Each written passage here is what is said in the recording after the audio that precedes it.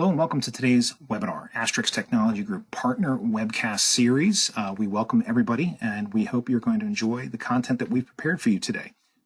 Today's session, which is the first in a series, is called The Digital Laboratory, What the Future Holds. This is the topic of our webinar series. Next slide.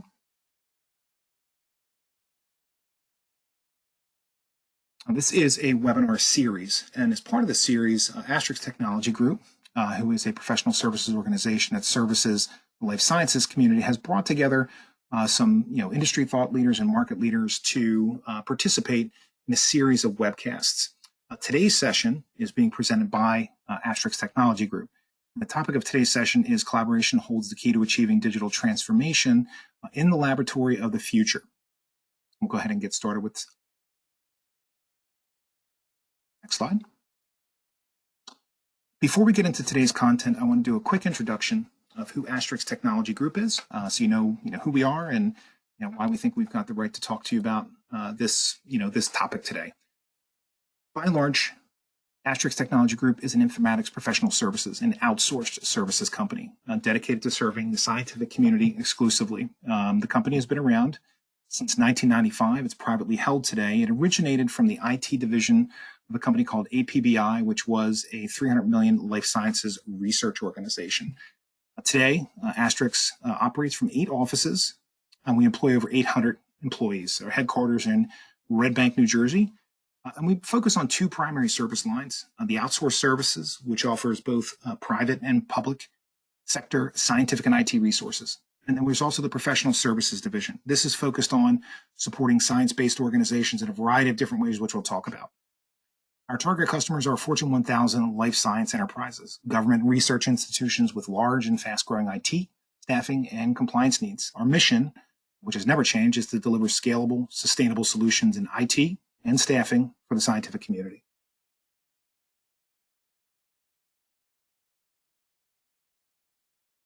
Briefly, on the professional services side of the fence, and a lot of what we're going to be talking about throughout this series with some of our great partners, is that we provide end-to-end services that complete the complete life cycle of scientific data systems. Okay, and this is going to include a lot of things. There's business process analysis, which is helping you try to understand the technology and the processes and how they stitch themselves together to meet your needs. There's enterprise architecture, knowing how to design the systems so that they meet your needs. And then there's laboratory technology. There's a myriad of laboratory technologies on the market today. And many times companies don't have personnel that are experts in how you actually go out and select and evaluate technology. And that's where Astrix comes in with this service. And of course, there's traditional things like development and implementation of the software applications that you choose, the computer system validation in accordance with FDA regulatory guidance.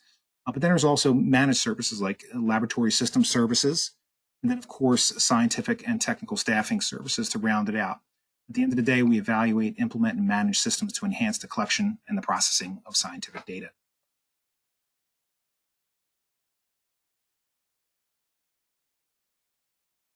Our presenters today, it's a great pleasure to introduce 2 industry experts that are going to be driving the presentation today. Dale Curtis is the president of Astrix Technology Group.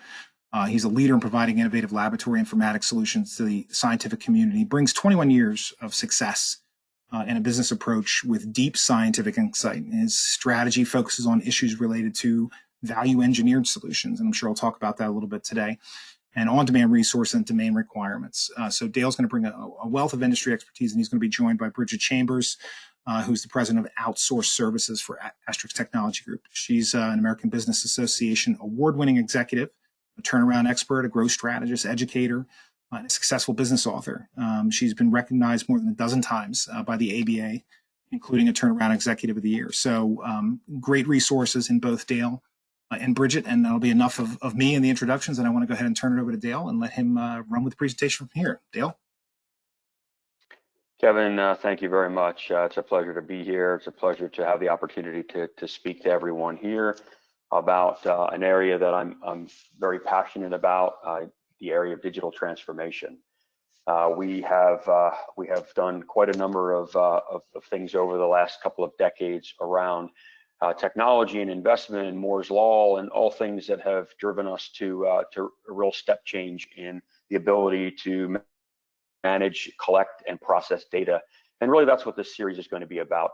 I want to talk a little bit about why we're doing this.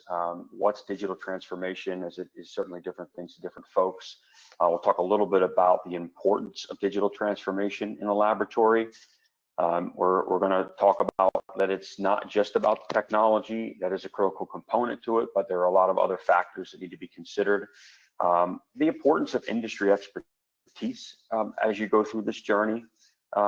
Best practices for digital transformation. Some of the importance of the COVID-19 pandemic on your digital transformation initiatives. And then lastly, I think the theme of this entire series and what's really core to why we're here is the importance of collaboration. We really are in this together. We need to collaborate, within our organizations, with external providers, and with the vendors that develop the technologies if we're really going to make a meaningful impact in digital transformation. So that being said, this is a typical textbook definition of digital transformation, right? The use of technology to radically improve, data reach into enterprises. And, I recently found an interesting article that talks about the investment level that is being made in the global economy around digital transformation. This was something that came out of a spotlight piece at IDC. There's an economic value of about $18 trillion, or nearly 25% of the global GDP across all of the industries. And, I think that's just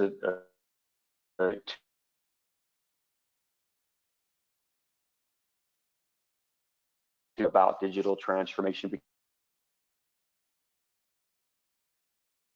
People use it in various different contexts, but I want to stress the importance of a few things. One, it's really important to understand that it really means to not focus on a micro component of your work process in a laboratory, but it actually to identify and address a given process end to end, right? So to digitally transform, it's not about just bringing in a new system or storing a report in a unique way, or calculating data, or visualization and analysis. It's not about a single entity. It's really about looking at a whole end-to-end process. So where, for example, experimental design comes from. As a quick example, let's take an analytical laboratory for a moment. You get varying requests, something more nebulous if it's a synthetic laboratory. How do you decide what you're going to do in a lab? How do you use what you just executed to make an informed decision or create a report? So it's really about looking at the whole end-to-end workflow and the data flow throughout that entire process. And we have to remember, the goal here is to remove manual processes or manual transcription. So specifically, we want to improve the data capture through that end-to-end process. And despite what you're going to hear, and many of you have been down this journey for a long time, having a platform or a piece of technology come in and solve this problem, it's much more than that, right? And we've identified a number of vendors that are leaders in the field of scientific informatics. They're going to talk over the course of the next few weeks about how their platforms are being designed and being re-architected to deal with digital transformation, because it really isn't just about a single system. It's about a work process. And just imagine if you have the opportunity to modify a manufacturing process to get more efficiency, to save costs, but also impact the efficacy of that drug, and being able to model that across all of the different pharmaco areas that the biotech companies and pharma companies are working in. It's truly, or predicting stability, truly predicting, they're prohibiting a lot from going bad that's going to cost millions and millions of dollars. And it's really all about the data. It starts there. So I'm going to talk a little bit more about that. And as I mentioned, we are really all in this together.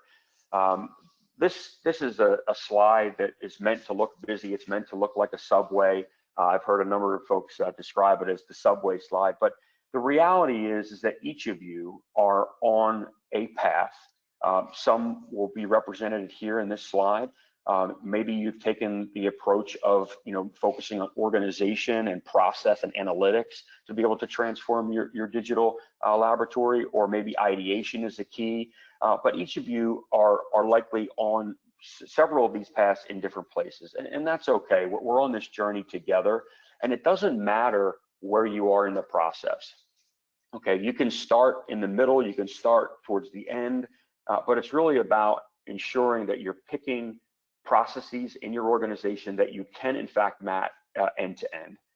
And then you start there, start small, start with something tangible, something that can be done in a commercially reasonable time frame. And this is absolutely achievable. You know, boiling the ocean and coming up with a monumental, you know, game-changing strategy for digital transformation is all great on a slide deck. But when they start to ask you, how are we paying for this, right? You know, these are things that you're going to have to answer, and it's absolutely achievable with the right approach. So I think it's important that, you know, we focus on outcomes, right? So if you look at, you know, as I mentioned, picking a process that can be mapped end to end, it starts with a strategy. It doesn't necessarily start with a product. And, you know, automated and integrated lab solutions can increase a lot of things: faster launch of products, cutting down costs for development, et cetera. You know, and I'll use an example. You know, in a global, you know, biotech company, they were challenged with dealing with over 50 different contract manufacturers or CROs that they were collaborating with, and they needed a step change in the ability to communicate data seamlessly while addressing data integrity and data quality issues. And it forced a collaboration that I'll talk about a little bit later in you know, in an example. But by digitizing that process, you can gain that real-time data on the status of processes, assets, people, and really start to look at ways to transform your business. And I think business process and architecture are very important and are key to setting up your strategy to enable the systems that you've all invested in to provide you with value.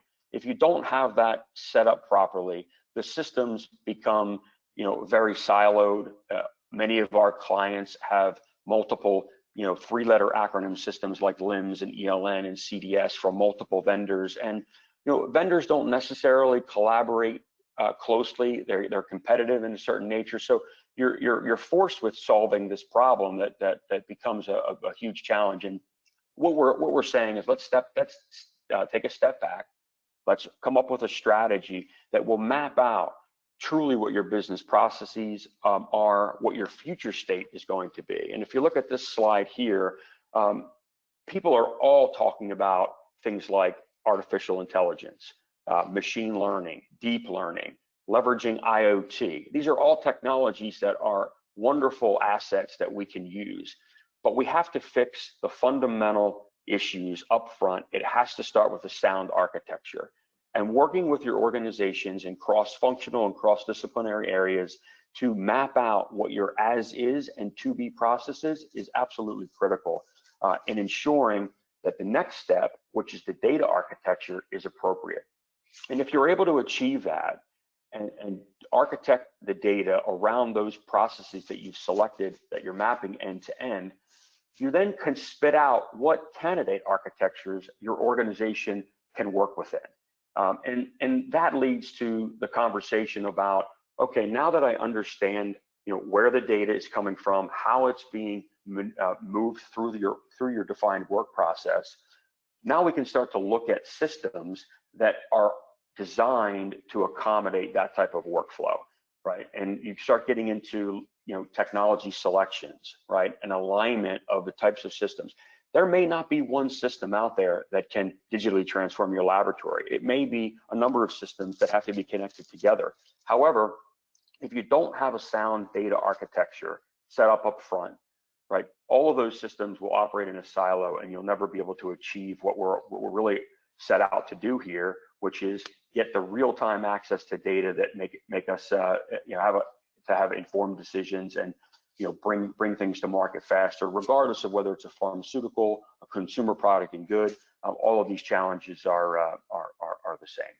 And if you're able to do that and adhere to things like fair data standards and a sound architecture that crosses multiple functions in your organization, you can start to layer on things like artificial intelligence and machine learning and other collaborative capabilities, like Spotfire and visualizations tools to build these dashboards that just aren't telling you, oh, that's a nice piece of information, but critical indicators that will take you down a path to maybe fix a stability problem before it happens, right? Or a manufacturing flaw that you don't see today, but you have the indicators because you have access to the data to be able to push you in a different direction, right? So all those things are really important in taking this, taking these steps to digital transformation.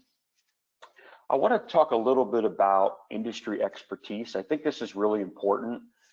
There's unique challenges across all different types of industries, right? Whether it's a process industry, whether it's discrete manufacturing, oil and gas, and the importance of having a team of both internal and external collaborators that understand the domain is really important. It's really critical to possess that because these workflows are different.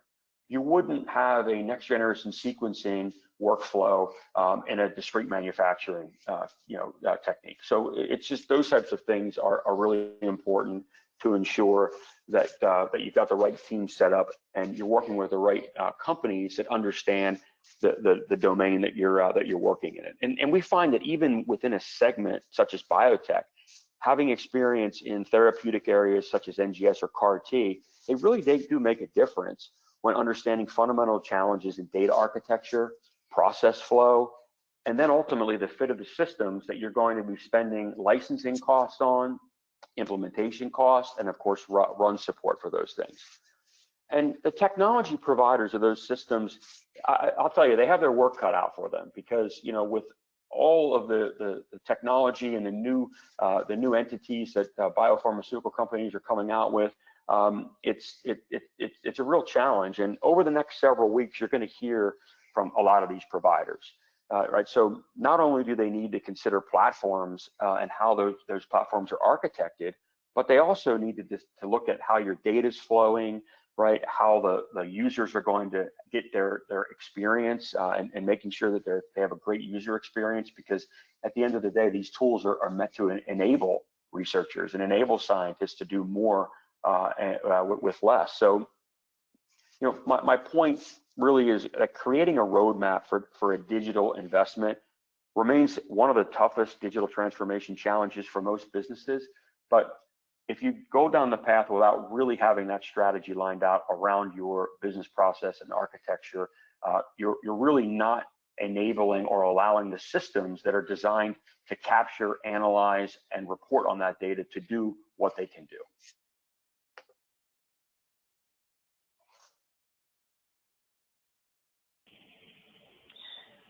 So this is a great opportunity for me to maybe kind of take a little bit of this from Dale, and he's done a really great job of setting the scene for all of the mechanics and the strategy associated with digital transformation.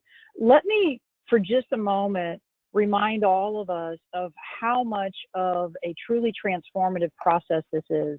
And when we're dealing with radical transformative change, we're really dealing with a lot of risk and a lot of emotions that can come up in the workplace. So let's talk about change management for a minute. Clearly, when you're dealing with such a transformative process, we know that in the wrong hands, 70% of transformative projects can fail. We also know that 2/3 of the stakeholders in your workforce are going to have some type of change resistance or some type of resistance behaviors when you're rolling this change out. So really thinking about the readiness associated with digital transformation and putting together a sharp roadmap is your best way to set yourself for success. A couple of different ways to think through that.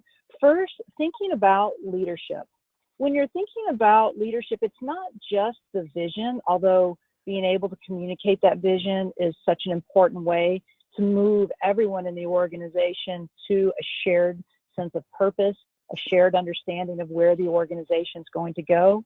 But it's also an important way that you create a path and a roadmap that everybody can then share and really collaborate and move the organization forward with. And people are they're 90% of every problem that you've got and 90% of every solution that you've got, right? So when you're dealing with people, you really have to focus on 3 key areas as it relates to change. One I've mentioned already, and this is readiness. Making sure that the organization has properly diagnosed and designed the right solution so that you know where you're going and so that you've looked at your digital transformation as a full system rather than the possibility of underscoping and missing something that's critical. Secondly, you really want to focus on the creation and the ability to sustain momentum because, you've got to be able to drive this forward and you have to have a real handle on the levers that create and then maintain that momentum. You can have the best plan in the world, but if your people are not moving with you, you're going to be, like that fantastic sports car that runs out of gas. So this is a key way of making sure that you can consolidate gains that you make along the way and move your organization forward. And that brings me to the last bucket. And this is this idea of affecting and of creating change and then being able to sustain that change.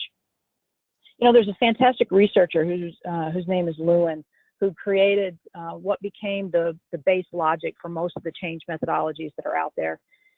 His general approach, if I could drastically kind of boil this down, is to look at change in 3 key areas. First, you have to kind of unfreeze behaviors that your stakeholders or that the change recipients would really struggle with. In other words, from a digital transformation perspective, you have to look at the manual process and at the physical assets that will at some point be automated or digitized. And you have to make sure that you understand what these stakeholders are going to have to let go or learn to understand as you go through the change process.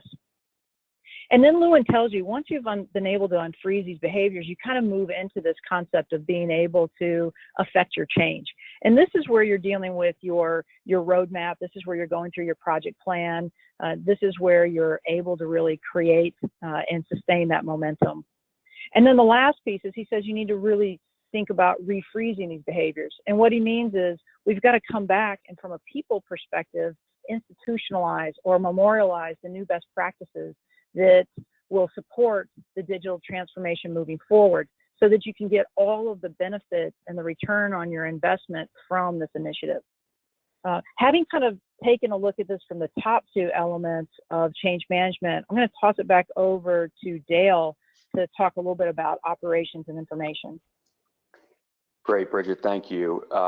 And that's excellent. It's so important, people, the change management component, and this gets to the next 2 points around, it's not so much about the technology, right? We have to focus on the data, not the system, right?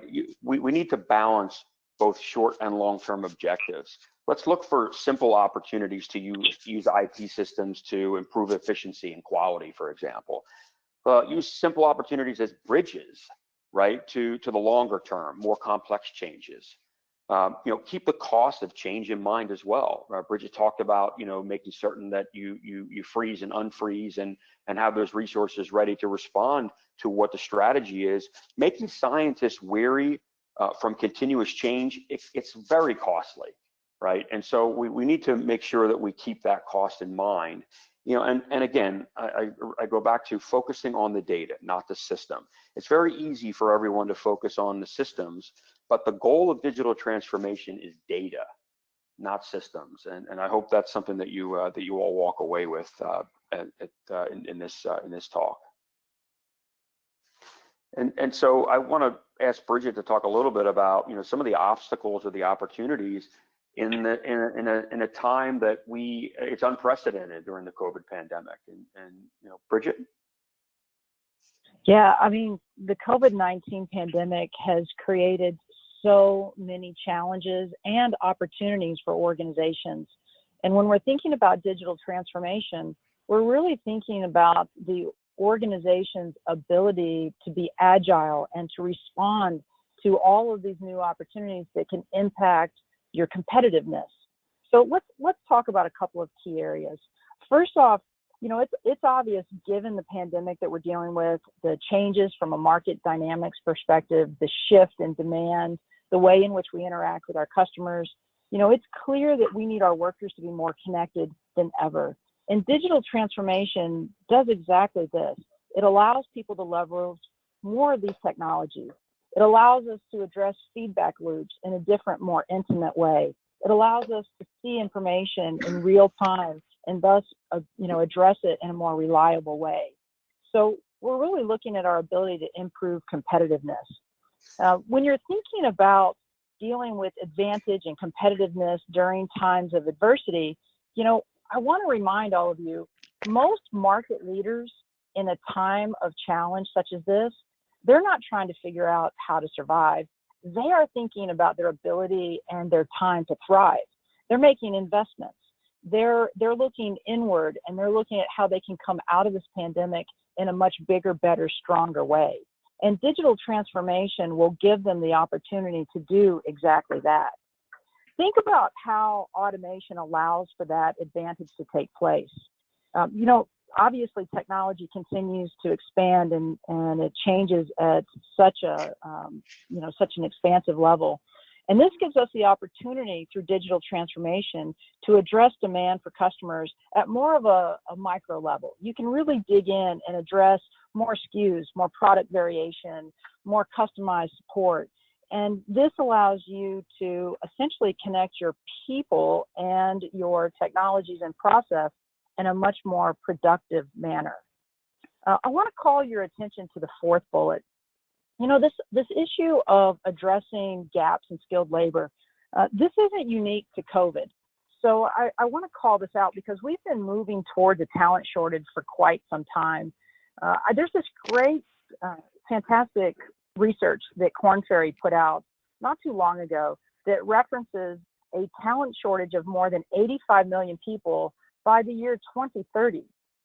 That's less than a decade away. It's an opportunity to blink and miss being able to have the right human capital strategy in place. So when you're thinking about such a big talent shortage and you're thinking about the current demands of a remote workforce during COVID, it's more important than ever to be able to increase your flexibility and manage your human capital in a much more skilled and capable way. I think the last thing I want to point out is just the ability to scale. Often when we're thinking about scaling, we're thinking about how to scale up. But when we're dealing with times of uncertainty, being able to scale up or down to meet the needs of your business is really important. And you'll be much more agile and much more in control of your ability to scale in real time on the other side of a digital transformation. I'm often asked, should we delay a digital transformation? Because it's expensive. This is a time when we should be managing, our resources better. And, for all of the reasons that we've just discussed, I think it's the better time than ever to really focus on your digital transformation, because otherwise you're going to find yourself left behind. If we can move to the next slide, focusing on collaboration. Dale called this out as a key theme when he was introducing the agenda for the morning. And I just want to say it is such a critical area of being able to successfully go through such a transformative initiative as digital transformation. 3 key things to focus on here. When you're thinking about collaboration, ways to truly improve and address engagement is to first communicate with both purpose and to communicate proactively. We've been able to find research studies that tell us that oftentimes companies are communicating 3 to 5 times less than they really needed to be effective. So if you think you're communicating enough, consider moving back through your communication strategy and adding a number of new opportunities to address not just what you say and how often you say it, but the number of channels that you use to communicate with your stakeholders. Also, this idea of really creating and sustaining momentum that I talked about on a past slide, if you focus on celebrating small wins as you're going through your digital transformation, you'll really bring your team in and they'll feel more connected to the program. They'll keep their motivation high and you'll be proactively addressing any type of change fatigue that the team can deal with during times of substantial change. And then lastly, focus on consolidating gains so that you can keep the collaboration high. What I mean by consolidating gains is, a lot of times we're guilty of silos in the organization. I know we try to do a lot of silo busting, and we try to create a matrix organization, but the truth is that there's a lot of walls up and a lot of fences in organizations. And if you can consolidate gains across different functional areas so that people that aren't always sharing the same forward view of the organization, they can see how their efforts are coming together and how their individual efforts are really shaping such a huge enterprise-wide project. It helps to keep collaboration high, communication high, and thus your effectiveness going in the right direction.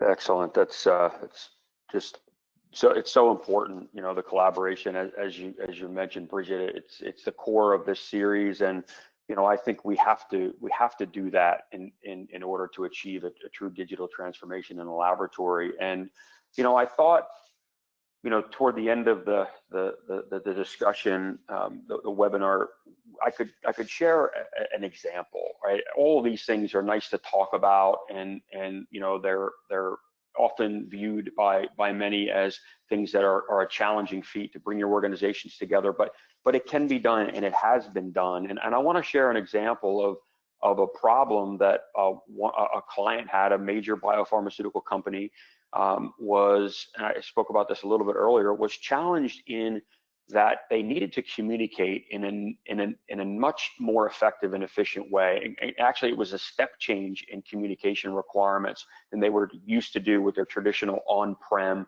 siloed solution in the chromatography data system. So I'm gonna pick on Waters for a second as one example, because they stepped up and worked collaboratively with us, with the client, and think about the challenges of taking an entire chromatography data system that touched thousands of users, but also had to communicate with more than 50 CRO/CMO entities on a regular basis. How do you achieve that? How do you ensure that the communications are effective? They're maintaining data integrity and data quality throughout all of that communication.